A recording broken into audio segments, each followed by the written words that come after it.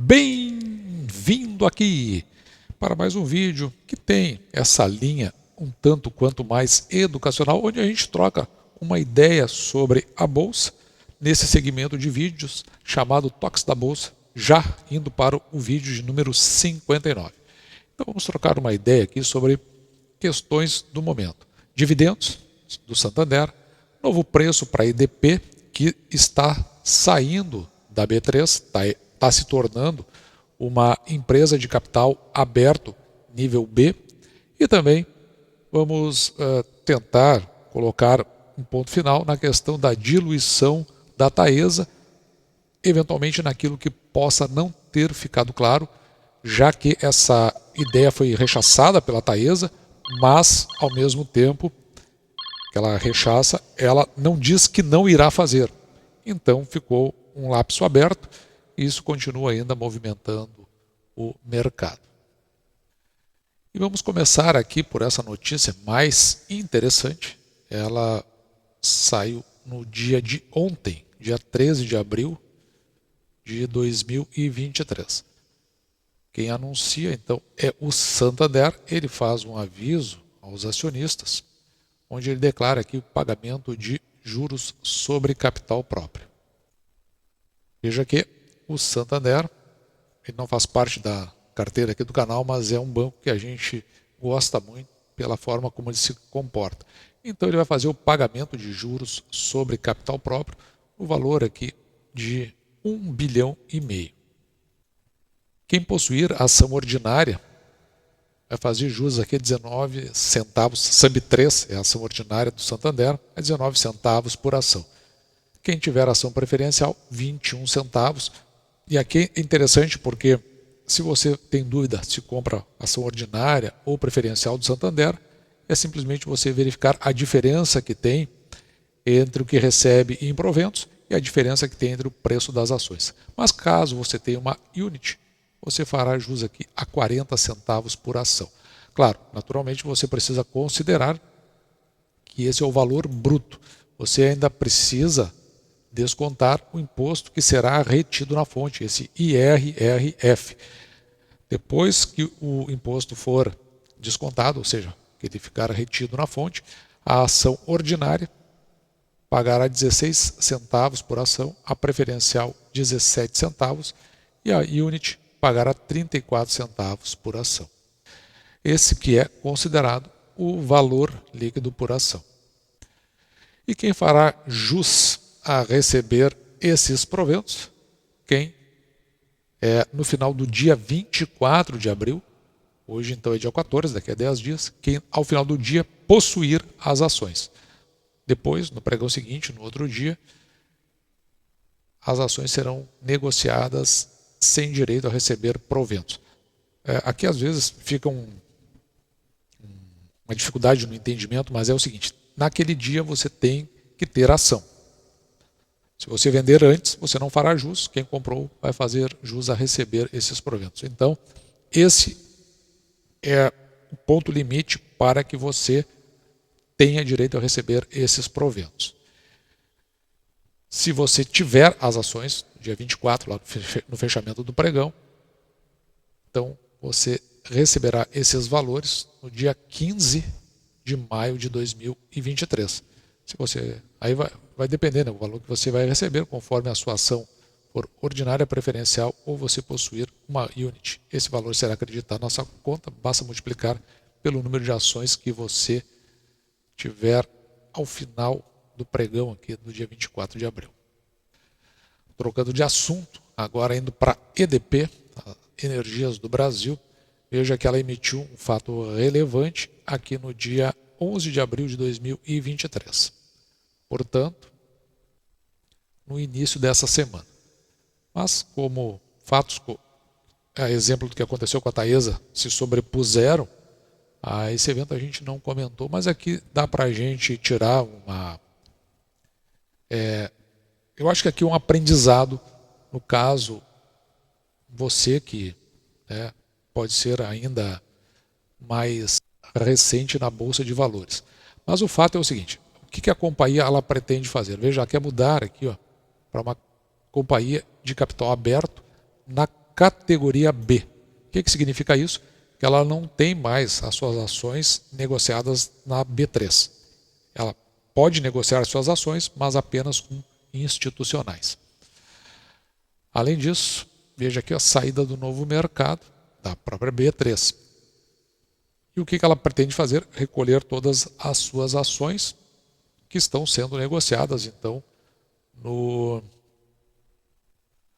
free float dentro do mercado secundário. Desta forma, a companhia ela anunciou aqui o preço inicial de R$ 24,00 por ação.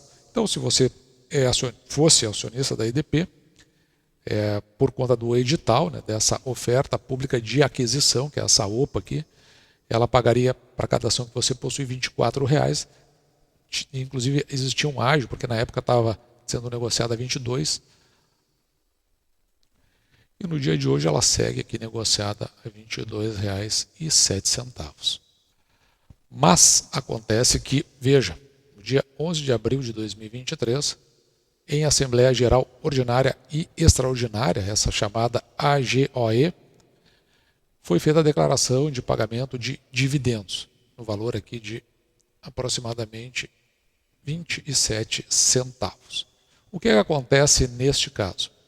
Veja aqui, você tem que pegar os 24 centavos que a companhia anunciou e subtrair o valor dos dividendos. Então, a companhia ela diz que agora ela vai pagar por ação R$ 23,73, que é a declaração da companhia, veja, por ocasião da OPA, ao final deste comunicado.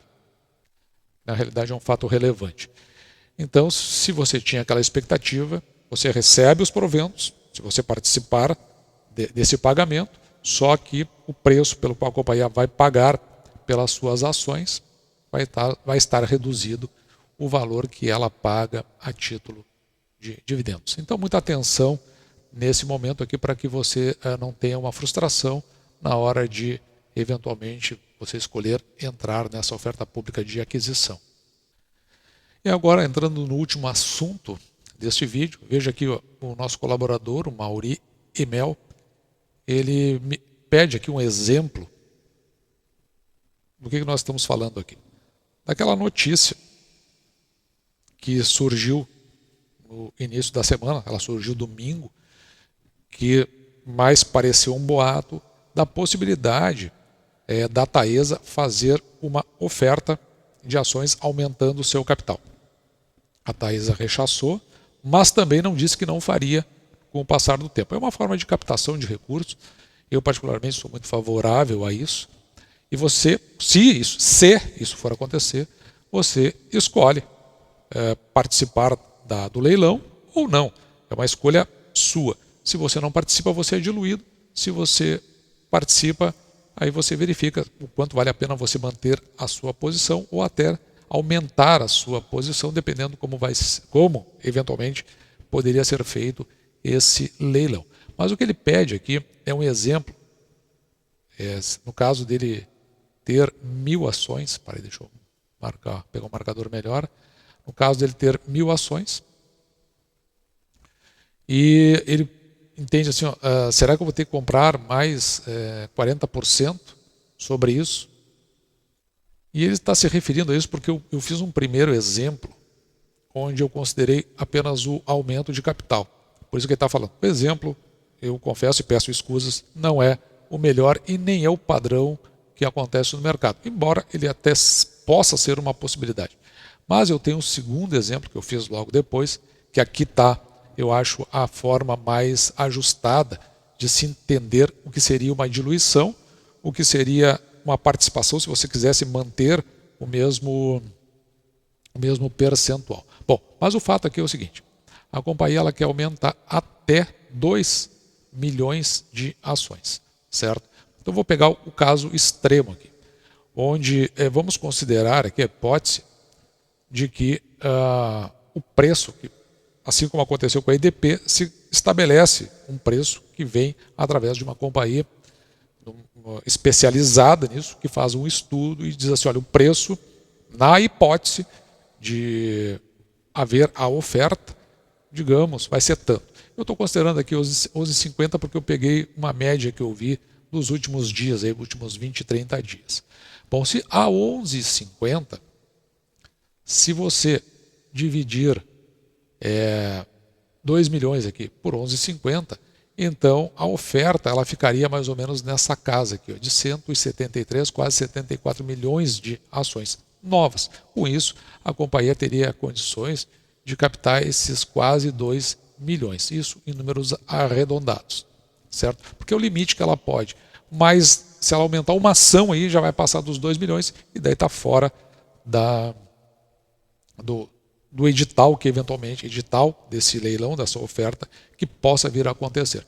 Então o máximo que ela chegaria seria nesse valor aí, nessa quantidade de ações. Muito bem.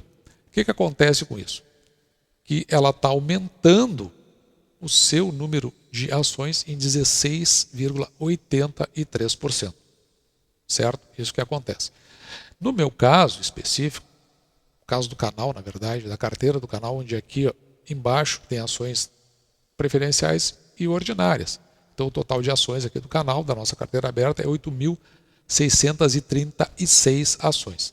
Para o meu caso, numa oferta a R$ 11,50, eu preciso, se eu quiser manter a mesma participação, eu preciso desembolsar ao tempo do leilão em torno aí de R$ 16.700. Se eu não fizer isso, eu serei diluído, ou seja, a minha participação aqui, que é 0,000836%, ela vai passar a ser 0,000715. Então eu tenho uma redução. Há um aumento aqui de 16% no número de ações, 16, quase 17, e eu tenho uma redução na minha participação aqui de 14,40%.